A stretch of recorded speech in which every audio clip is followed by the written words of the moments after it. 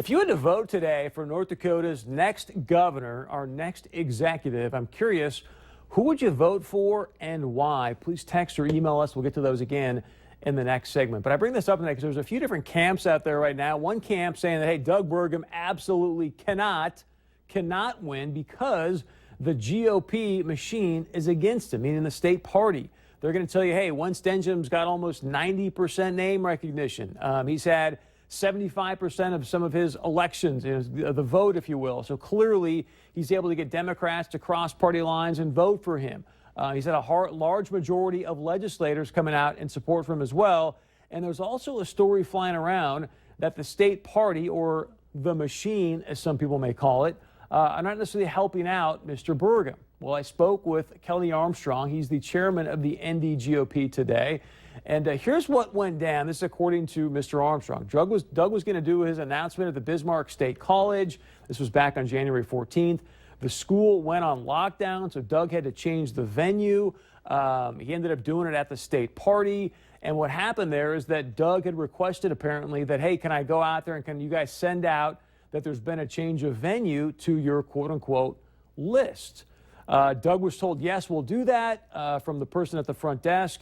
And then a few minutes later, apparently the front desk person called Doug back and said, hey, sorry, we are not going to send this out to our, again, quote-unquote list. And I spoke with, again, Mr. Armstrong today. He said, look, Chris, that's essentially how things went down, only because we've got no policy around this.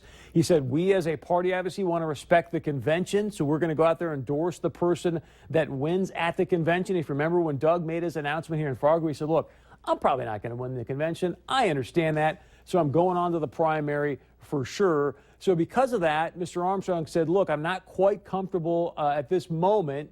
And because of the way this apparently announcement was dropped in Mr. Armstrong's lap, again, that's from Mr. Armstrong, he's like, look, I don't feel comfortable sending it out to our list as of right now. Since then, I guess they've all had a conversation, and now when Mr. Burgum has got information he wants to send out to people, the party is more than happy to send that information out and keep people privy to where Mr. Burgum, Mr. Stenjum, and Mr. Burgum are going to be and where they are headed. So that's one camp saying, look, there's no way he can win, the machine's against him. Another camp, this obviously would be the Burgum camp, they're going to tell you, look, there's a ginormous opportunity brewing right now for a new kind of executive, a new kind of governor. And the reason is because of this. We told you last week about the $1 billion budget shortfall that's taking place right now in North Dakota. I told you also last week, North Dakota was one of only, I think, 7, 8, maybe 9 states, according to the Gallup Poll Job Creation Index, that actually didn't have positive job growth in 2015. And then Doug Burgum, again, candidate for governor here in North Dakota, tweeted this out today about a story in the Washington Post. He said, North Dakota economy at top of worst list in new report from Federal Reserve. State government must do more with less. Surplus party is over. If you want to find out more about what Doug had to say about this, just go to our website, 630pov.com. Doug actually just sent this over, sort of a letter to the editor, guest post that we just put up moments ago. But here's the thing. For the first time in 20 years,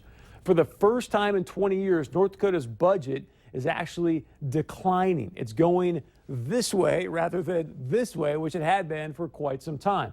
Then earlier today, I had Michael Falloon. He's an oil trader that we've had on the show several times before. He came out, told me today, hey, there's a company in the Bakken called Emerald Oil. They just recently defaulted on their credit agreements. You've got more and more companies in the Bakken right now defaulting, possibly filing BK.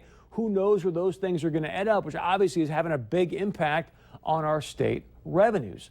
You've got Harold Hamm saying, hey, I know oil is going to go back up to $60 an hour, dollars a barrel by the end of the year. But I want to remind you, Mr. Hamm said that last year he ended up selling all the hedges for their company, cost his company nearly $1 billion last year by selling all those hedges so early. So my question to you is this. You see what's happening with our state's economy. The egg commodities are down. Oil prices are down. Does this open a door for Doug Burgum to be the next executive of our state? Or does the GOP machine, again, how it's being referred to, does it have so much momentum? Some people might say so much muscle that, hey, this is Wayne Stenjum's job to take. It's going to be a very, very tough road for Mr. Burgum and or Mr. Becker. Email us, text us. When we come back, we're going to get to your points of view. As always, you can join our conversation 24/7. Again, head to our website. Doug Burgum's guest post is up there, 630pov.com. We'll be right back.